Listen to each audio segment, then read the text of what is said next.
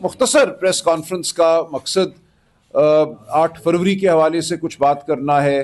جو ہمارے اسیران ہیں سب سے بڑھ کر عمران خان صاحب، ان کے حوالے سے بات کرنا ہے اور جو اس وقت صورتحال ہے وہ بیان کرنی ہے. 8 فروری کا اگر میں پہلے ذکر کروں تو یہ پاکستان تحریک انصاف اور تحریک تحفظ آئین پاکستان کی جو جمہوریت کے لیے جدوجہد ہے، انسانی حقوق کے لیے، قانون کے لیے اور سب سے بڑھ کر شرافت اور انسانیت کے لیے، اس میں ایک اہم سنگ میل ہے. دیکھیں 8 فروری 2024 کو جو الیکشن کے ساتھ ہوا، جس طرح پاکستانی قوم کو دھتکارا گیا، جس طرح ووٹ کی نفی کی گئی، اور ووٹ کی نفی انسان کے وجود کی نفی ہے.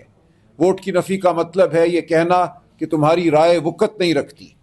تو ہم اس کو بھولنے نہیں دیں گے. اس دن جو ڈاکہ پڑا پاکستانی قوم کے مینڈیٹ پر، یہ بات کبھی پس پشت نہیں ڈالی جائے گی.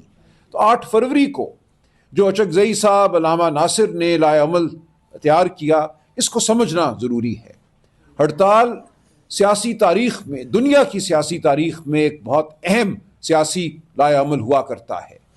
25 کروڑ لوگ اس میں شامل ہو سکتے ہیں.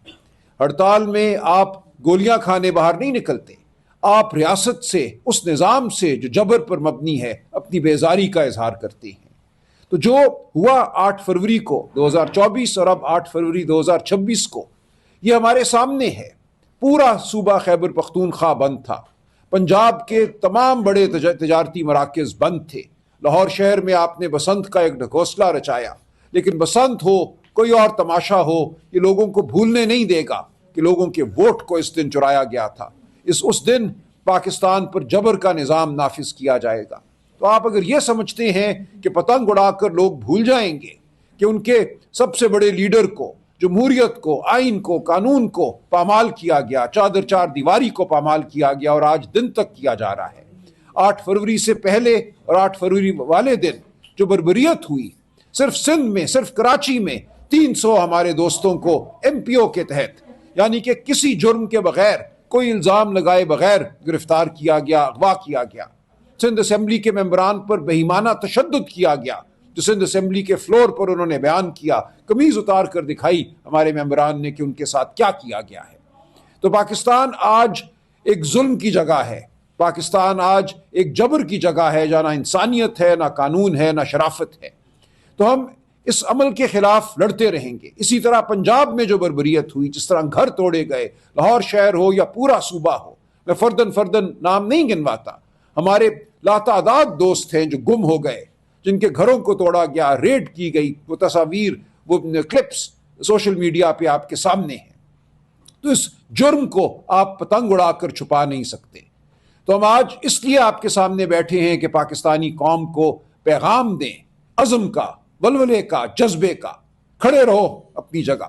اگر 25 کروڑ اپنے گھر کے باہر اپنی دہلیز پر آ کر کھڑے ہو جائیں، تلاوت کلام پاک کریں، اس نظام سے بیزاری کا اظہار کریں، تو یہ نظام نہیں چل سکے گا. یہی ہمارا پیغام ہے. ہم آگے بڑھیں گے. وہ دن بھی آئے گا جب لاکھوں کروڑوں سڑکوں پر ہوں گے اور اس نظام کو نیست و نابود کر دیں گے. ہر چیز مرحلہ وار آگے بڑھ رہی ہے. خان صاحب کی صحت کے حوالے سے ہماری تشویش بدستور قائم ہے. خان صاحب کی صحت کے حوالے سے جو ہماری مزاحمت، ہمارے دھرنوں کے بعد ایک رپورٹ جاری کی گئی. سپریم کورٹ کے باہر ہم بیٹھے، چیف جسٹس پاکستان سے میں جا کر ملا، ان کا حکم آیا، ان سے انہوں نے وعدہ کیا کہ ہم رپورٹ دیں گے، اور پھر 7 دن تک رپورٹ نہ دی. اور آخری ہمارے دھرنے کے بعد ایک ناکافی رپورٹ دی گئی، جس میں خان صاحب کے حوالے سے جو ٹیسٹ ہوئے ہیں ان کی کوئی تفصیلات موجود نہیں ہیں. تو ہماری تشویش جاری ہے. جب تک خان صاحب کے ذاتی معالجین ان کو نہیں دیکھ لیتے، ہم بالکل تسلی نہیں کریں گے. آج ہمارے کہنے پر سپریم کورٹ کے چیف جسٹس صاحب نے ایک حکم صادر فرمایا ہے.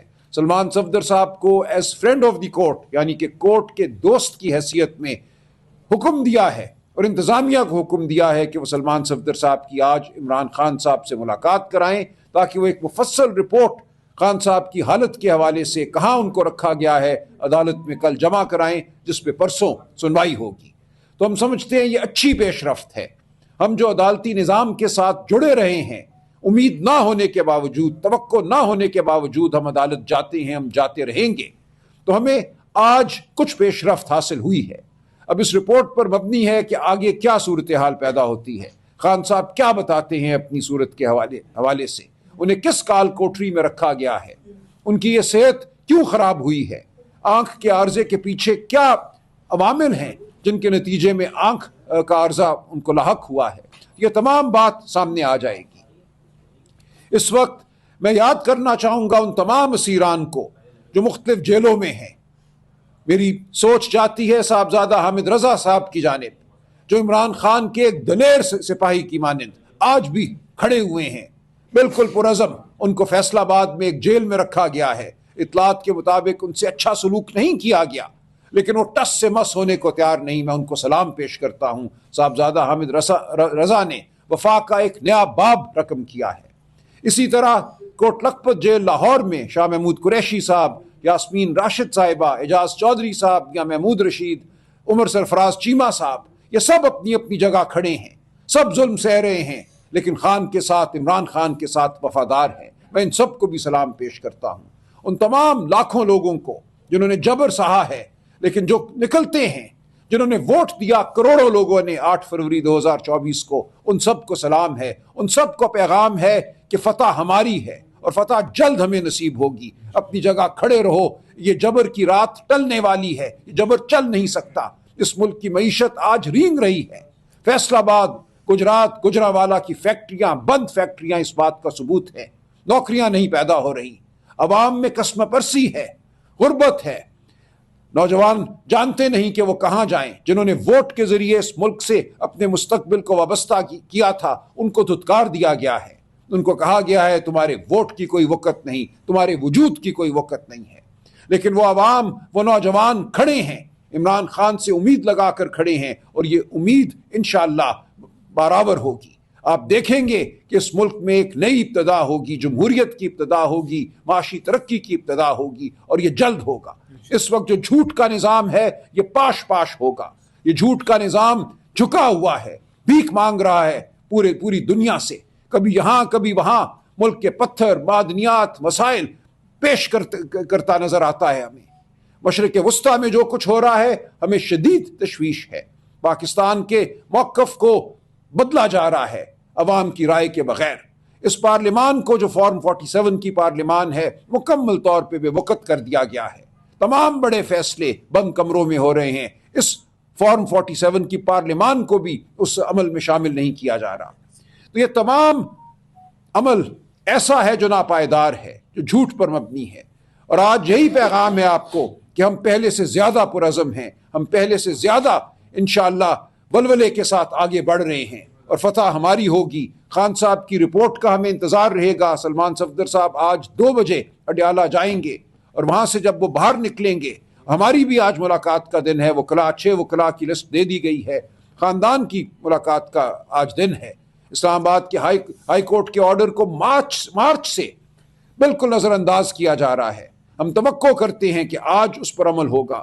ہم اسلام آباد ہائی کورٹ سے یہ توقع رکھتے ہیں کہ اپنے آرڈر پہ وہ عمل کرائے گی۔ جو توہین عدالت کی درخواستیں ہم نے دی ہیں ان پر عمل ہوگا۔ فیڈرل کانسٹیٹیوشن کورٹ میں ہماری درخواستیں زیر التوا ہیں، ان کو سنا جائے گا۔ یہ تمام عمل آپ کے سامنے ہے، اور اس تمام دور میں، اس تمام عرصے میں آپ نے دیکھا کہ ریاست نے جو بلند بانگ دعوے کیے تھے کہ ہم اس ملک میں استحکام لے آئے ہیں، وہ جھوٹ ثابت ہوئے۔ دہشت گردی آج پہلے سے کہیں زیادہ ہے، وہ بلوچستان ہو یا وہ اسلام آباد ہو یا وہ خیبر پختونخوا کے وہ لوگ ہوں جن کو بے گھر کر دیا گیا ہے، کہیں بھی سکون نہیں ہے، کہیں بھی چین نہیں ہے۔ تو ہم پاکستان کی عوام سے یہ کہتے ہیں، آپ پر جو جبر